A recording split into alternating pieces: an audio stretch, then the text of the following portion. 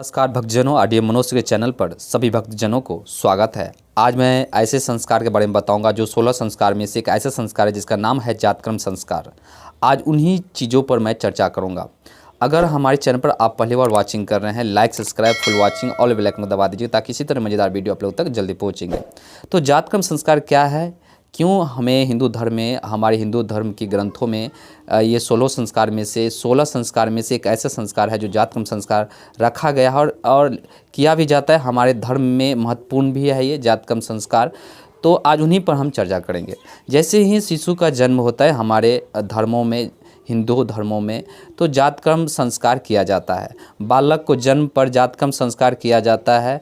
बालक जन्म लेते ही हम सभी हिंदू धर्म के जो वासी होते हैं, हिंदू धर्म के जो जात का जो मानव होते हैं, इंसान होते हैं, जातकर्म संस्कार करते हैं। तो आज उन्हीं पर हम चर्चा करेंगे। जैसे ही शिशु जन्म लेता है तब जातकर्म संस्कार किया जाता है। बालक को जन्म पर जातकर्म संस्कार किया जाता है। जन्म पर जो भी कर्म संपन्न किए जाते हैं उसे जातकर्म कहते हैं। यानी कि जन्म, जो बच्चे का जन्म होता है, उन जन्म के शुभ अवसर पर जो भी आप कर्म संपन्न किए जाते हैं और जो उनके पीछे जो एक हिंदू धर्म का फर्ज होता है, जो उस पर क्रिया करते हैं, उसी को हम जातकर्म कहते हैं।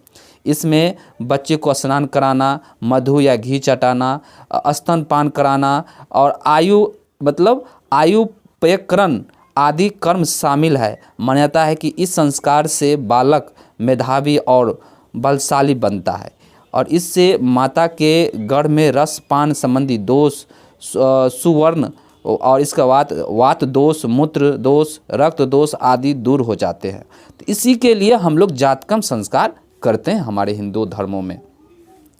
तो इसके तत्पश्चात जातकर्म संस्कार सबसे पहले सोने की श्रृंखला यानी कि जातकर्म संस्कार में सबसे पहले सोने की श्रृंखला ली जाती है और इसमें से जो विश्व मात्रा में, यानी कि 20 मात्रा में घी और शहद को 20 मात्रा में मिलाकर बालक चटाया जाता है, यानी कि बालक को चटाया जाता है। यह बालक के लिए औषधि का काम करती है। इसके बाद माता अपने शिशु को स्तनपान कराती है। फिर से मैं बता देता हूँ कि जातकर्म संस्कार में सबसे पहले सोने की शलाका ली जाती है और उसमें 20 मात्रा में, यानी 20 मात्रा में घी और शहद को, यानी कि थोड़ी मात्रा में, मान लो थोड़ी मात्रा में शहद को मिलाकर चटाया जाता है। यह बालक के लिए औषधि का काम करती है। इसके बाद माता अपने शिशु को स्तनपान कराती है। वही बालक के पिता को अपने बड़े बुजुर्गों और कुल देवता का आशीर्वाद भी लेना चाहिए। इसके बाद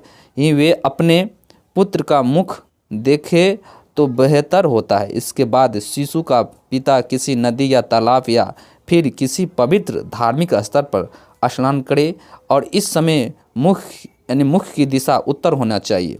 तो ये हमारे जो हिंदू धर्म में जो कहा गया, जो यानी कि बच्चे को अच्छे अच्छे धर्मों के स्थान पर, यानी कि जो हमारे धर्म में जैसे मंदिर होते हैं, जितने भी भगवान देवी देवता को, उन जगहों पर बच्चे को ले जा कर के, मतलब भगवान के आगे उनको शीश झुकाएं, आशीर्वाद लें।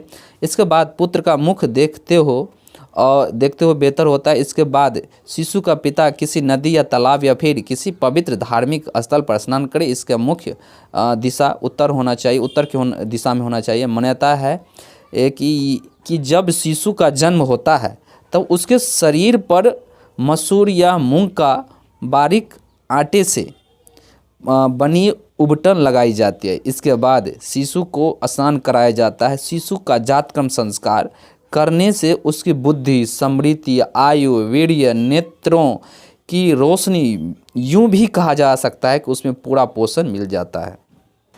इसलिए हमारे जातकर्म संस्कार 16 संस्कारों में से चौथी संस्कार को सबसे महत्वपूर्ण संस्कार माना जाता है, हमारे जातकर्म संस्कार।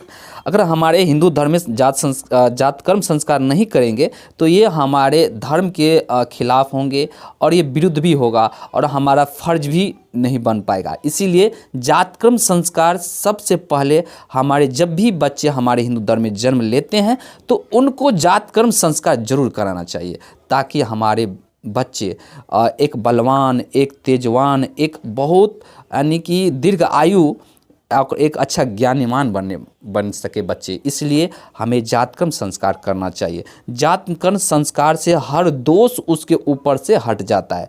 जो भी दोष होता है यानी गर्भ से लेकर के और इसके बाद ये संसार में जो पैदा होता है, सभी उसके दोष मिट जाते हैं भक्तजनों। इसलिए गर्भ में रसपान संबंधी दोष जितने भी उस पर रखा जाता है, वात दोष जितने भी रहता है, वास दोष यानी कि उसके ऊपर जितने भी काल कष्ट रहते हैं उनको बच्चे के ऊपर, उसके माँ के ऊपर, जात कर्म संस्कार करते ही हट जाता है। क्योंकि जात कर्म संस्कार में सभी देवी देवताओं को आवाहन किया जाता है और उनको पूजा पाठ करके उसके पूजा को सफल करके जात कर्म किया जाता है पंडित ला करके।